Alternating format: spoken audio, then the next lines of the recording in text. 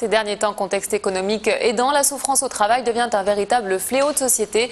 La semaine dernière, un salarié de France Télécom a tenté de se suicider en sautant d'un pont sur le périph' toulousain. Professeur Soula, vous êtes responsable du service des maladies professionnelles et environnementales au CHU de Purpan. Bonsoir. C'est le service qu'on vient consulter lorsqu'on est confronté à une situation de souffrance au travail, depuis 2002, c'est ça. Donc la souffrance au travail, c'est un phénomène qui prend de l'ampleur. C'est en tout cas ce que vous pouvez constater, vous. Oui, alors effectivement, on reçoit dans le service tous les gens confrontés à des risques professionnels dans le travail, mais en particulier des gens confrontés au risque de souffrance au travail. Et c'est devenu aujourd'hui notre principale consultation, avec près de 1000 consultants par an qui nous sont adressés soit par des médecins du travail, soit par des médecins traitants. Et vous observez de plus en plus de cas, en tout cas d'année en année. Alors on observe une demande qui va croissante, effectivement, avec des cas qui sont plus nombreux et des situations qui sont de plus en plus variées, parce que les gens se prennent conscience, effectivement, des difficultés qu'ils rencontrent sur ce plan-là. Justement, quels sont ce genre de situations que vous rencontrez ? On peut les distinguer en trois types, c'est-à-dire le stress. Souvent dans cette plainte de stress qui est relayée, puisqu'on sait aujourd'hui que le stress a un coût pour les entreprises et la société qui est important. Il y a également dans toute cette situation conflictuelle autour de ce qu'on considère être le harcèlement, mais qui peuvent être aussi prendre d'autres formes à l'intérieur d'une entreprise. Et enfin, c'est les situations d'agression, souvent verbale, en contact avec le public. Comment est-ce qu'on peut expliquer justement tous ces phénomènes et comment ça se fait qu'on les observe aujourd'hui? Qu'est-ce qui a fait qu'ils se sont développés? Est-ce que c'est parce qu'on n'en parlait pas avant ou bien est-ce que le contexte a vraiment changé à cause de la crise peut-être? Je ne sais pas.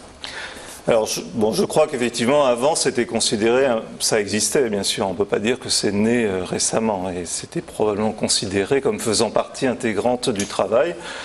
Je crois que depuis les années 2000, on a pris conscience que c'était un risque en soi pour la santé, et donc c'est effectivement maintenant devenu un problème important. Alors ça s'est développé probablement également avec les changements structurels du travail et avec un certain nombre de processus de management probablement dans le travail. Certains experts spécialistes font valoir l'absence de solidarité notamment, ou du moins le recul de la solidarité au travail. Oui, alors on explique ça par plusieurs facteurs. Dans la nature même du travail, ce qu'on appelle l'intensification du travail, c'est-à-dire le fait qu'on demande à plus de tâches dans un même temps. Et puis il y a également donc l'éclatement des collectifs de travail, c'est-à-dire effectivement cette perte de la solidarité, cette perte du lien entre salariés qui solidairement, face à une difficulté, s'entraident. Qu'est-ce que vous conseillez à nos téléspectateurs qui peuvent se sentir concernés ? Alors je crois qu'il faut effectivement ne pas hésiter à en parler à un professionnel. À partir du moment où on dit souffrance au travail, on pense à sa santé, donc il faut en parler à son médecin. Au médecin du travail, parce que le médecin du travail va avoir un rôle possible de prévention à l'intérieur de l'entreprise et peut faire appel à des recours comme par exemple la consultation de pathologie professionnelle. Et c'est quoi alors les signaux d'alerte ? Les signaux d'alerte sur la santé, c'est souvent des problèmes qui peuvent être de l'anxiété, de la dépressivité ou des troubles du sommeil. Ça peut être aussi des phénomènes organiques, des brûlures d'estomac. Ça peut être des maladies pour lesquelles on sait que le stress ou la souffrance peut jouer un rôle. Il y a des observateurs, notamment des observateurs du stress qui sont mis en place dans les grandes entreprises. Quelle autre solution peut-on trouver, notamment dans les petites et moyennes entreprises qui ont peut-être pas ce genre de moyens à disposition? Alors justement, dans les grandes entreprises, il y a une prise de conscience et ces observatoires du stress, s'ils marchent, s'ils fonctionnent avec l'aide des partenaires sociaux, sont une solution très intéressante. Dans les petites entreprises, aujourd'hui, c'est vrai que le seul préventeur, c'est le médecin du travail, souvent. Donc c'est lui qui va être le recours du salarié. Et puis après, à l'extérieur de l'entreprise, on peut trouver des solutions. Les petites entreprises aussi, il y a des liens directs entre l'employeur et le salarié qui peuvent être facilitants par rapport à une structure hiérarchique un peu complexe des grandes entreprises. Il y a certaines entreprises aussi, certains domaines qui sont plus concernés.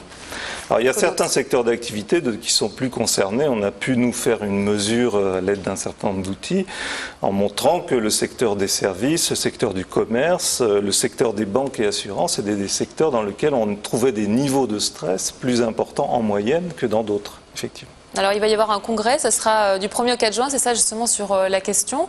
C'est le congrès des médecins et santé, des médecines et santé au travail, le 31e, et qui va se dérouler au Parc des Expos. En revanche, c'est ouvert qu'aux professionnels.